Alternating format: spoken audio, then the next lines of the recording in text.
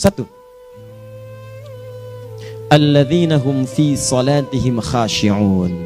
Syarat pertama, kalau ingin mendapatkan surga Firdaus tadi dan kebahagiaannya diturunkan ke bumi, dibawa sampai mati, masuk ke alam kubur lebih bahagia lagi, maka amalan pertama untuk melatih menguatkan iman itu, coba berlatih untuk menunaikan sholat dengan khusyuk.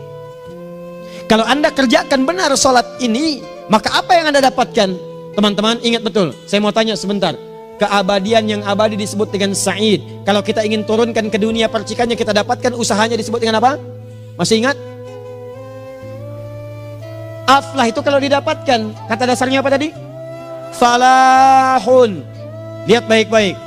Kata Allah dalam Al-Quran tadi, kalau ingin mendapatkan falahun, amalan pertama sholat. Makanya ketika dipanggil sholat, kalimat falah dilekatkan pada panggilan sholat. 5 kali diingatkan. Begitu muadzin kemudian azan memanggil Anda, hayya 'alas shalah. Anda bertanya, ya Allah kenapa kami mesti sholat? Dijawab, hayya 'alal falah. Yuk, pagi yuk. Yang sejati datang sini. Belum dapat sujud, belum dapat ruku, saya berikan. Makanya ketika orang sholatnya benar, dia akan mendapatkan 5 keutamaan. Saat di dunia nih, belum ke akhirat, 5 keutamaan yang tidak diberikan pada orang yang tidak sholat. Atau orang sholat tapi sholatnya nggak khusyuk. Sebab syarat mendapatkannya khusyuk. Alladzina hum fi sholatihim khasyi'un. Bukan alladzina hum fi sholatihim saja, tapi ada kalimat khasyi'un. Artinya yang tidak khusyuk saja nggak akan dapat, apalagi yang nggak sholat. Apa yang 5 ini? Lihat baik-baik. 1, orang yang sholatnya benar, pertama kali sebelum mendapatkan kebahagiaan hakiki dari Allah Subhanahu wa Ta'ala, akan dirubah dulu perilaku hidupnya menjadi perilaku yang lebih baik. Kalau orang itu sholatnya benar, maka sholat itu akan melatih dia untuk berubah, bertransformasi jadi orang baik. Itu ada di Quran surah ke-29 ayat ke-45. Innas sholata tanha anil fahsya'i wal munkar. Sumber keburukan cuma 2, kalau bukan fahsya itu munkar. Maaf, pornografi, porno aksi, LGBT, kata-kata jorok, kotor itu fahsya. Di orang sholat kata Allah, mustahil berkata-kata kotor. Orang sholat tidak akan pernah mencela. Orang sholat tidak punya kata-kata jorok. Jadi kalau ada sekarang orang yang sholat senang mencela orang lain, itu berarti ada masalah dalam sholatnya. Dan dia belum dijamin sebagai ahli surga terbaik. Dan hidupnya nggak bahagia. Nggak bahagia. Aneh nih. Sholat tapi senang cela orang. Aneh. Aneh. Yang paling bahaya adalah menikmati celahannya. Itu yang paling aneh. Anda ngaji. Anda ikut taklim. Taklimnya sesuai Quran, taklimnya petunjuk sunnah. Anda sholat, Anda puasa, tapi Anda masih senang mencela orang lain dan menikmati celahan itu. Kalau nggak mencela, kayaknya nggak komplit kehidupan. Maka ada yang salah dengan ibadah Anda. Ada yang keliru. Karena mustahil taat bertemu dengan maksiat, itu mustahil. Mungkar, keburukan yang diingkari oleh hati, sumbernya nafsu perut dengan akal. Bohong, mencuri, menipu, membunuh, merampok, membegal, mabuk dan sebagainya. Itu namanya mungkar. Orang sholat gak mungkin mengerjakan mungkar. Jadi kalau sholat kita benar, cukuplah Anda sholat, maka Anda akan jadi orang baik. Makanya kata Nabi, Anda punya anak dari kecil ajarin sholat. Sholat, kalau naik jadi balik, kerjakan terus. Kasih pelajaran membuat dia mengerti. Kalau masih susah, berikan pelajaran. Ini sering diterjemahkan dengan memukul. Mukul di Arab beda dengan konteks mukul sekarang. Mukul di Arab tuh ngasih pelajaran supaya ngerti. Anda bisa terjemahkan dengan konteks lain. Uang jajannya tahan, yang kesukaannya simpan dulu. Bisa dengan konteks kekinian, tapi poinnya kenapa anak Anda dari kecil ajarin sholat, sampai kenalkan dengan masjid, ajari 3 tahun bawa ke masjid, kenalkan dengan masjid, gak ada masalah lari-lari itu sebelum waktu sholat. Kenalkan dulu. Dulu orang-orang tuh begitu, sebelum waktunya dikenalkan, jalan, begitu lari, biarin dulu. Setelah itu diberi pengertian, nah ini bukan tempat berlari, yang berlari di sana nanti, yang di sini nanti akan ada orang-orang baik semuanya. Terus Anda lihat berbaris, baris rapi. Kalau pengen baik ikutan baris nanti. Terus nanti ada yang mimpin di depan, namanya imam. Imam itu siapa ya? Tetangga kita bukan yang Pak Imam, bukan. Bukan. Kalau tetangga kita namanya Imam S. Arifin. Kalau yang ini imam sholat namanya. Imam sholat itu nanti akan pimpin menyembah Allah. Allah siapa ya? Allah itulah yang memberikan ayah rizki. Allah itu yang memberikan ayah rizki sehingga bisa beli tobot buat kakak. Beli robokar poli, ini yang poli, ini yang embers, ini yang heli, ini dulu kakak semuanya tuh yang kasih Allah. Nanti kalau kakak bagus bisa ikut rapi di sini, Allah akan senang, akan ditambah lagi oleh Allah. Oh begitu ya, datang begitu caranya. Ini bukannya waktu sholat belum dikenalin tadi bawanya main-main di masjid. Bahkan ada yang agak repot lagi, di rumahnya susah diatur, dibilang, kamu ini susah diatur, main sana ke masjid, disuruh main, ya main di masjid. Yang salah bukan anaknya, orang tuanya. Apa rahasianya anak itu disuruh ke masjid, suruh sholat? Rahasianya, begitu anak itu sholat dengan baik, maka dia akan tumbuh jadi anak baik di kemudian hari. Itu maksudnya. Nah, sekarang saya agak bingung ini, pendidikan TK sekarang salah sih? Enggak, cuma saya agak bingung mikirnya. Ini anak belum diajarin sholat, udah diajarin manasik. Itu bagaimana cara berpikirnya Ferguson? Agak repot saya mikirnya tuh. Ya, walaupun salah sih enggak, cuma saya bingung gitu. Kenapa nggak dikerjakan tahap yang pertama dulu? Tangga itu kan berurutan, nggak bisa Anda lompat langsung ke 5. Kan 1, 2 belum terlewati. Jelas ya? Ah, ini gambarannya. Sholat nih. 1 pasti baik. Jadi kalau sekarang sholat, lisan belum baik, mata belum baik sampai ke kaki, berarti ada yang salah sholatnya tuh. Ada yang nggak tepat. Tangan sembarangan, snack orang ngambil. Awas. Tuh sendal orang, mau wudhu nggak ada sendal, pakai sendal orang. Udah bilang belum? Kehujanan pakai payung orang. Udah bilang belum? Ya kan gampang Ustaz. Ini kan juga mungkin diikhlaskan karena Allah. Ya ikhlas, cuman pakainya belum minjam. Bagaimana kalau sedang pegang payung itu keluar, Anda meninggal? Nah, coba mikirin ke situ. Coba ke kantor. Kalau didorong proyek yang nggak jelas, minta tanda tangan, pikirin dulu bagaimana kalau meninggal. Kemarin saya sama teman-teman artis saya katakan begini, Anda ya, kalau Anda mengaji dengan saya, jangan pernah menerima peran maksiat. Walaupun itu sekedar adegan, tapi itu maksiat. Kalau bayangkan ketika Anda memerankan itu, Anda diwafatkan oleh Allah Subhanahu Wa Taala. Maka demi Allah saya katakan tidak ada faedahnya Anda ngaji sekarang, ngaji besok. Ketika Anda menerima peran itu, Anda wafat dalam keadaan bermaksiat di hadapan Allah Subhanahu Wa Taala. Maka saya pun katakan pada Anda, ayo belajar yang betul, pahami, bangun sholat, belajar, dalami seperti orang tua kita dulu. Tinggalkan nyontek budaya yang nggak jelas. Rasakan ketika nyontek Anda wafat, apa yang Anda dapatkan? Di Libya itu kalau nyontek, di Libya ya, saya pernah sekolah di Libya nih, itu kalau nyontek dibiarin aja dulu. Dan rekornya 100% ketahuan. Begitu sudah selesai, cuma jeda 2 jam, langsung ada panggilan. Si Fulan silahkan datang ke kantor. Apa yang disediakan di kantor sudah siap. Anda diberi waktu 2 jam dari sekarang, siapkan beres-beres koper Anda. Di sini tertulis Anda akan pulang. Tiketnya sudah lengkap, dikawal 2 orang. Dituliskan di situ anak ini nyontek gak boleh kembali ke sini. Libya. Gak ada, zero tolerance bagi yang seperti itu. Keluar. Kami gak terima di sini. Harusnya begitu. Gak ada faedahnya. Yang kita butuhkan amalan dari ilmu, bukan nilai-nilai itu sementara. Gak ada. Sudah. Nah ini akhirnya begini kualitasnya nih. Tertulis di ijazahnya bagus, cum laude, IPK-nya 4, tapi gak ada aplikasinya. Yang pintar banyak. Kita butuh yang baik, pintar yang baik. Sekarang yang pintar banyak, kepintarannya dipakai untuk nipu orang. Itu yang bahaya. Ahli hukum banyak yang dihukum. Ahli ekonomi tidak bisa mengangkat perekonomian. Apa yang salah? Apa yang salah? Ini yang jadi persoalan. Tapi dasar manusia begitu di sidang mulai pakai peci, pakai baju koko, pakai tasbih, ada yang pakai kerudung. Luar biasa.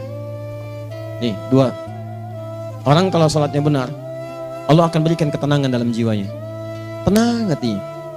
Jangankan musibah kecil, musibah paling besar pun tenang aja dia. Tenang, dia paham rumusnya. Allahu Akbar. Turun Quran.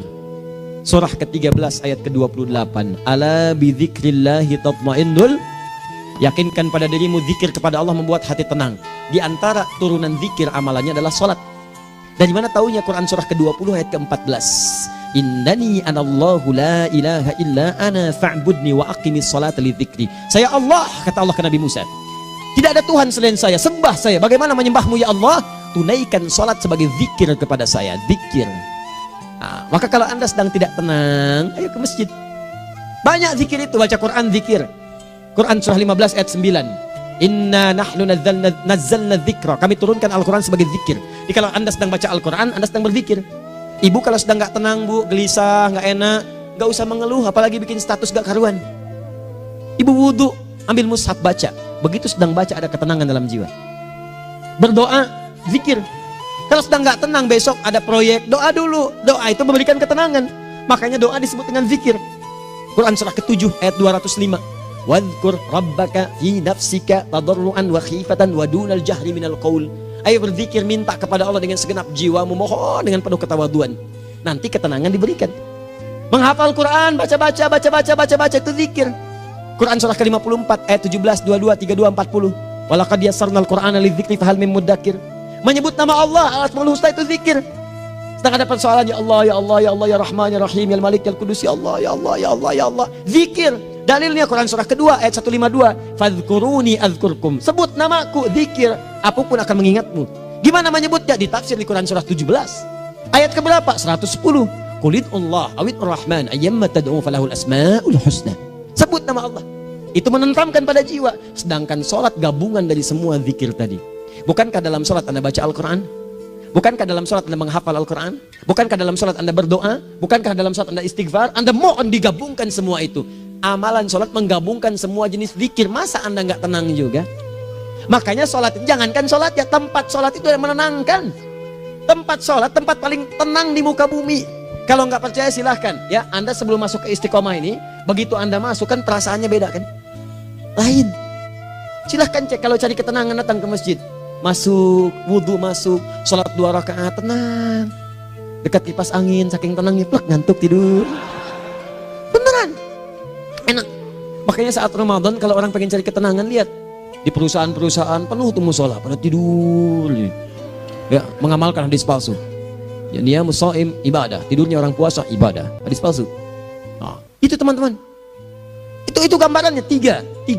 Orang yang sholatnya khusyuk benar, itu dijamin langsung oleh Allah Subhanahu wa Ta'ala akan dimudahkan semua urusan hidupnya termasuk rezekinya. Ini yang saya katakan. Jadi saya katakan tadi, di akhirat ini, di surga, rezeki tinggal ngambil. Anda kalau benar sholatnya, itu langsung dijanjikan oleh Allah. Rezeki itu nggak perlu Anda banyak pikirkan. Ikhtiar sedikit, datang. Bahkan dari sisi yang tidak Anda duga. Apa dalilnya? Quran surah ke-65 ayat 2 dan 3. Ditafsir di Al-Baqarah ayat 2 dan 3. Wa may yattaqillaha yaj'al lahu makhraja. Ada orang yang meningkatkan takwanya kepada Allah, kami mudahkan urusan hidupnya. Setiap persoalannya diberikan jalan keluar, mudah. Solusi. Setiap ada problematika, ada solusi. Wa yarzuqhu min haitsu la yahtasib. Dan kalau dia ingin mendapatkan rezeki, bahkan kami kirimkan dari sisi yang tidak dia duga. Orang lain capek ini datang lagi, tawaran proyek datang lagi. Utsman tuh Masya Allah, kayanya banyak. Tapi yang paling dirindukan bukan saat mendapatkan peningkatan omsetnya, yaitu saat dia mendapatkan waktu khusus dengan Allah untuk sholat. Malam hari sampai-sampainya sempat sholat tahajud sampai khatam Al-Quran. Abdurrahman bin Auf demikian, Tamim Ad-Dari demikian. Sholat karena tahu sholat itu meningkatkan rizki. Karena tahu kuncinya ada di situ, Allah yang punya rizki. Disebut dengan Razak, pemilik rizki. Maka saya harus punya hubungan dekat dengan Allah. Kalau sudah punya hubungan dekat, mau apa aja gampang. Belum minta, udah diperhatikan. Silahkan cek, Anda punya hubungan baik dengan bos Anda di kantor. Ya, sebelum Anda minta, beliau udah pikirin tuh. Telepon bendahara. Dia udah ngambil belum gajinya? Belum Pak, tambahkan bonus sekian. Kenapa? Karena dia mengawasi Anda. Allah maha tahu dibandingkan dengan bos Anda. Mendekat kepada Allah, semua diperhatikan oleh Allah. Siapa orang takwa itu? Kalimat takwa pertama di Al-Quran Al-Baqarah ayat 2, amalannya ayat 3. Dzalikal kitabu la raiba fihi hudal lil. Siapa mutakin itu? Ayat 3-nya. Alladzina yu'minuna bil ghaib wa yuqimunas shalah. Nih, gampang. Kalau pengen mudah hidupnya gampang. Biaya nggak mahal, tenaga nggak banyak, tingkatkan takwa. Nih, kalau hidup Anda masih susah, di kantor champion, di rumah tangga bermasalah terus, atau sebaliknya, maka boleh jadi kalau gelar Anda tinggi, harta Anda banyak, tapi selalu punya masalah. Bukan Anda kurang hebat, bukan Anda kurang kedudukan, bukan Anda kurang kaya, Anda kurang takwa. Dan yang paling dahsyat, mungkin sholat Anda belum berkualitas. 4. Orang yang sholatnya benar, khusyuk dia. Bahkan saat sholat itu kalau dia minta, maka seketika doanya akan dikabulkan. Tanpa diskusi, langsung seketika. Contoh, Quran surah ketiga ayat 38-39. Demi Allah saya katakan, Nabi Zakaria punya masalahnya pelik. Sudah berumah tangga, istrinya divonis monopos, maaf bahkan mandul. Gak mungkin punya keturunan. Maka apa yang beliau kerjakan? Secara singkat beliau sholat. Begitu sholat minta kepada Allah. Hunalika da'a Zakaria rabbah. Di mihrab itu beliau bermohon kepada Allah. Bermohonnya sambil sholat. Qala rabbi habli min ladunka dzurriyyatan thayyibah innaka sami'ud du'a. Ya Allah, mereka katakan saya nggak mungkin punya keturunan. Sekarang saya ingin katakan, ya Allah, saya hanya minta darimu saja, saya nggak akan dengarkan mereka. Ya Allah, mohon Engkau maha mendengar, ya Allah. Maha mendengar doa saya. Kalau kepada yang maha mendengar aja nggak mengabulkan, kepada siapa lagi saya mesti minta? Apa yang terjadi? Fanadatul malaikatu wa huwa qa'imun yusalli fil mihrab. turun malaikat mengabarkan, sedangkan beliau masih sholat, belum selesai dalam sholatnya. Sholat khusyuk itu belum selesai sholat aja dikabulkan, doa sudah turun. Sholatnya belum selesai, doa sudah dikabulkan. Annallaha yubashshiruka bi Yahya. Allah kasih kabar gembira, doa kamu didengar, dikabulkan, kamu akan punya anak, namanya langsung dari Allah Yahya, artinya hidup yang mustahil menurut manusia. Lahir seorang dari rahim perempuan yang menepus dan mandul, bayi yang hidup, kata Allah nggak ada yang mustahil bagiku, jadi dan jadi dia. Berita baiknya, Nabi Zakaria sholat dikabulkan. Umat Nabi Muhammad sebelum sholat sudah ditunggu oleh Allah, mau minta apa aku kabulkan sekarang. Hadisnya qudsi, saya bacakan. Hadatsana qala Rasulullah sallallahu alaihi wasallam, qala Allah azza wa jalla, qasamtu shalah baini wa baina abdi. Kata Allah, saya bagi dua ya salat antara aku dengan hambaku. Wali abdi ma sa'ala. Kalau hambaku benar salatnya, aku berikan apapun yang dia minta sekarang. Idza qala al-abdu alhamdulillahi rabbil alamin. Bagian pertama, kalau hamba benar nih baca Al-Fatihahnya dari alhamdulillahi rabbil alamin, kalau Allah azza wa jalla dijawab oleh Allah, hamadani abdi, hambaku sedang memujiku. Wa idza qala ar-rahmanir rahim, jika hambaku berkata ar-rahmanir rahim, qala Allah azza wa jalla athna alayya abdi, hambaku sedang menyanjungku. Wa idza qala maliki yaumiddin, qala Allah azza wa jalla majjadani abdi, kalau hambaku mengatakan maliki yaumiddin, kata Allah hambaku sedang mengagungkanku. Perhatikan sekarang. Wa idza qala al-abdu iyyaka na'budu wa iyyaka nasta'in, jika hambaku berkata sekarang, ya Allah, kami sekarang ibadah, salat menyembahmu, dan kami sekarang sedang punya masalah, kami hanya minta tolong kepadamu ya Rabb. Apa jawabannya? Beda dengan sebelumnya. Kata Allah, hadza baini wa baina abdi, inilah perjanjian antara aku dengan hambaku. Wali abdi, kalau hambaku benar khusyuk salatnya sampai detik ini, baru sampai Al-Fatihah itu pun belum tuntas, baru sampai Al-Fatihah itu pun belum tuntas. Kalau benar bacaannya betul, salatnya dari takbir sampai dengan selesainya, sampai ayat itu iyyaka na'budu wa iyyaka nasta'in, kata Allah, masalah apapun yang dia minta sekarang aku akan kabulkan. Besok saya kasih rahasia yang di KBP. Ada awal pembuka di awal sebelum Al-Fatihah yang kalau Anda benar bacanya, itu pengantar kepada pengambulan doa di Al-Fatihah. Apa itu? Besok. 5. Yang kelima ini yang paling diharapkan, dan ini penutup dalam kajian kita malam ini. Teman-teman sekalian, perhatikan baik-baik. Jika Anda benar mengerjakannya, maka Allah akan jamin langsung Anda akan mendapatkan kesuksesan dan kebahagiaan di semua aktivitas Anda. Kalau jadi suami, suami yang sukses, rumah tangga yang bahagia. Kalau jadi pegawai, pegawai yang sukses, dan di kantor bahagia. Masih ingat? Kesuksesan yang menghadirkan kebahagiaan, konteksnya dunia disebut dengan falah, dipegang disebut dengan aflah. Dikembalikan lagi ke atas, ke surah ke-23 ayat 1 dan 2. Qad aflahal mu'minun. Apa amalannya? Alladzina hum fi salatihim khashi'un.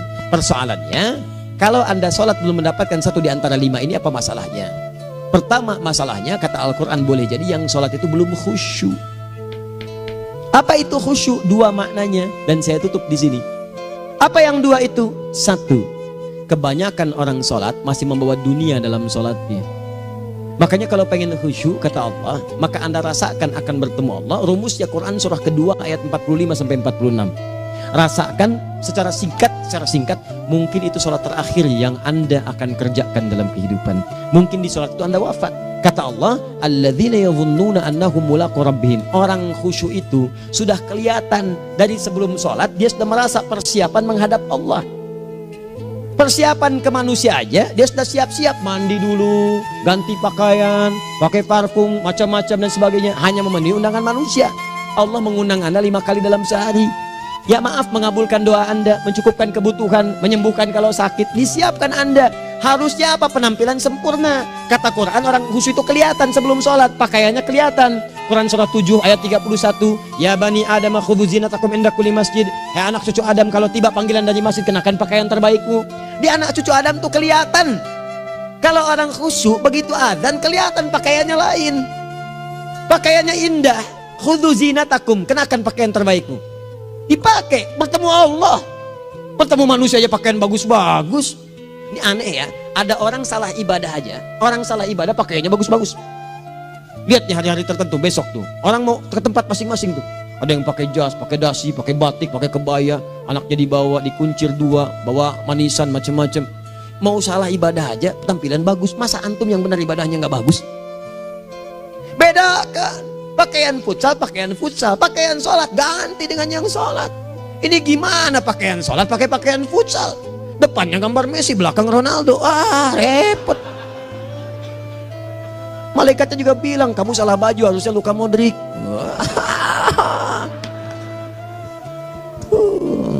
Apalah saya. Nah, yang mau tanya apa? Mourinho dipecat saya tahu. Lagi nganggur sekarang, ditawarin Benfica dia nggak terima. Sekarang jadi dia komentator di beIN Sport. Nanti sebentar lagi dia akan komentar di laga Saudi dengan Qatar dan komentar laga Arsenal dengan Inter. Digantikan oleh Solskjaer. Dia super sub dulu. Ya, super sub. Ya, the baby assassin, ya pembunuh yang berwajah baby face. Masuk di akhir-akhir, gol. Sekarang melatih dia 5 kali kemenangan, belum kalah sama sekali. Saya hafal itu. Tapi masih di urutan ke-6, tapi jaraknya ke yang keempat itu tinggal 3 poin lagi. Hafal saya. Liverpool tahu cuma 4 poin sekarang bedanya, kemarin 7 kalah 2-1 sama Manchester City. Walaupun banyak analisis yang menyebutkan mungkin itu diberikan saja gitu kan, karena ada yang lain-lain. Hafal kedua Manchester City, hafal saya. Ayo mau tanya apa lagi? Tottenham Hotspur ke bawahnya, ada Chelsea, ada Arsenal, baru kemudian Manchester United. Liga Italia, wah udah gak kekejar Juventus. Ya, apa lagi? Dan seterusnya lah. Gak ada ujungnya bahas yang begituan. Jelas ya? Maksud saya, Anda tanya itu saya jawab. Tapi tidak menghilangkan ibadah kita yang lain. Dan apa ruginya? Ya tahajud dah. Apa yang bisa dikerjakan besok, lihat besok. Ya kan tahajud kan bisa besok. Ada orang tahajud jam 10 pagi? Gak ada. Lebih baik Anda kerjakan malam tahajud. Yang tidak bisa dilihat malam bisa dilihat besok. Cara berpikirnya bagaimana kalau besok meninggal? Gak kesampaian teman-teman sekalian. Gak kesampaian. Nah maka dari itu, Anda kalau mau ada panggilan sholat, siap-siap baju yang bagus. Itu sempurnakan. Anda panggilan orang mandi, panggilan Allah, buka Quran surah 5 ayat 6, sempurnakan wudhu. Ya ayyuhalladzina amanu idza qumtum ila shalah faghsilu wujuhakum, wudhu yang baik. Berpakaian yang rapi. Kenapa? Karena boleh jadi saat dipanggil Anda wafat saat itu. Maka wafat Anda dalam keadaan yang suci, dengan keadaan tobat, dengan pakaian terindah pada saat itu. Yang kedua, maaf, orang-orang kurang khusyuk itu saya tutup. Yang kedua itu karena kebanyakan orang sholat tidak paham, tidak mengerti apa yang dibaca dan dilakukan dalam sholatnya. Jujur pada diri sendiri, jawab pada diri Anda. Sampai sekarang Anda sholat, berapa persen bacaan sholat yang Anda pahami? Jangan-jangan selama ini Anda sholat ribuan kali sujud, ribuan kali ruku, gak ada yang paham yang dibaca. Sekian persen yang paham, bagaimana sholat Anda bisa khusyuk? Pekerjaan Anda dipahami, urusan akhirat Anda gak dipahami. Di mana cara berpikirnya? Aku yang bagaimana atau engkau yang harus bagaimana? Ya, coba berubah. Nah ini baru satu amalan, belum yang lainnya. Ada 5 amalan lagi yang kalau kita bisa turunkan itu, selain sholat yang khusyuk, maka jaminan tadi akan datang. Baru sholat khusyuk aja 5 datang, apalagi ditambah dengan 5 amalan lainnya lagi. Demi Allah saya katakan, dunia kecil sekali, gak ada nilainya. Akhirat aja enak, nikmat. Saya ketemu Ustaz Arifin beberapa waktu lalu, dan kita doakan semoga Allah berikan kesembuhan, kesehatan. Saya datang, biasa kita adamin berdoa, duduk. Bang istirahat, bang butuh istirahat, umat udah nunggu. Dah gak usah mikir yang lain, karena beliau cerita masjid, cerita zikro, cerita mana. Ya insya Allah, nitipin ini, nitipin itu dan seterusnya. Dan yang paling indah adalah, bang kita saling panggil weekend. Nikmat, gak ada yang senikmat ini. Zikir, Allah, doa. Nah bayangkan sakit tapi masih nikmat gitu. Nikmat. Iya bang, saya paham. Istirahat dulu. Banyakkan nanti orang jengkuk. Saya pamit dulu ya, supaya bisa istirahat, supaya tenang. Lama kita pegangan tangan, ngobrol, saling mendoakan. Itu nikmat. Dan cara berpikirnya kalau sudah pakai iman, semua nikmat. Ada uang nikmat, gak ada uang nikmat, sakit nikmat. Karena cara berpikirnya lain. Nanti kita bertemu lagi, saya terangkan pada Anda.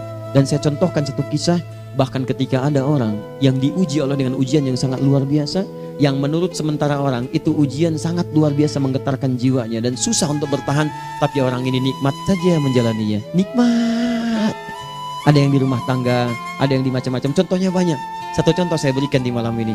Sekali suami istri, wah luar biasa. Istrinya itu cerewetnya Pak, bukan cuma cerewet, ngeselin bagi suaminya. Maaf Bu ya, bukan ibu maksudnya. Jadi semua yang dikerjakan suami salah. Pengen mangga, ayah kalau kita sekarang dibeli mangga. Kenapa mangga yang ini? Saya pengennya mangga yang lain. Belikan mangga. Kenapa beli mangga aja? Jeruknya mana? Jeruk. Semua. Pokoknya semua yang kerjakan suami salah. Tapi suami tidak pernah mengeluh.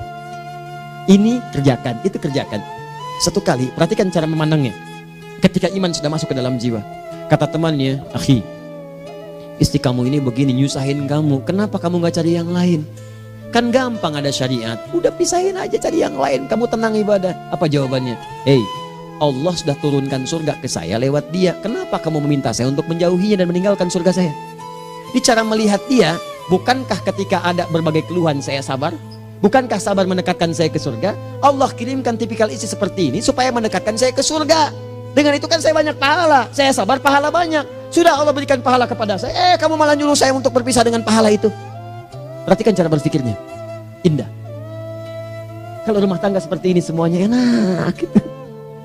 Suaminya biasa-biasa, istrinya cantik, luar biasa.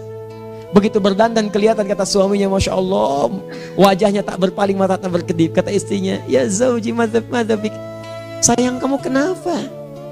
Allah syakiran lillah bihadari. Demi Allah, aku bersyukur mendapatkan istri secantik kamu. Kata istrinya, nahnu fil jannah zauji, kita berdua di surga.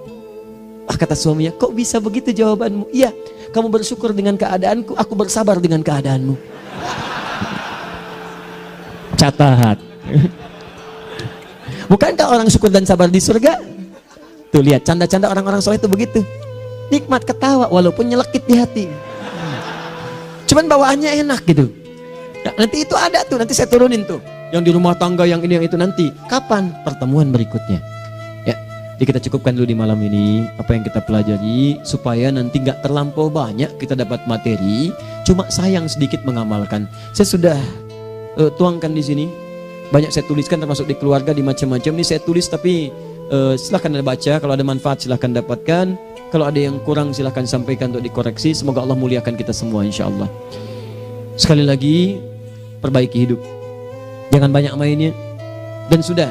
Jangan banyak membuang dengan yang sia-sia apapun yang dihadapi. Sekali lagi, tolong jaga kondusivitas, bantu negara kita, ketertiban, keamanan. Kalau saya menyampaikan sesuatu ada singgungan dengan yang kekinian, itu maksudnya koreksi masukan-masukan supaya diperbaiki. Tapi tetap dalam urusan pemilihan kita punya pilihan masing-masing yang tidak boleh dipaksakan. Jelas ya? Baik. Jadi, ya saya sampaikan sekali lagi. Pertama, pilih mana? Anda dipaksa harus ikut, atau yang kedua kita bebas memilih sesuai. Dah.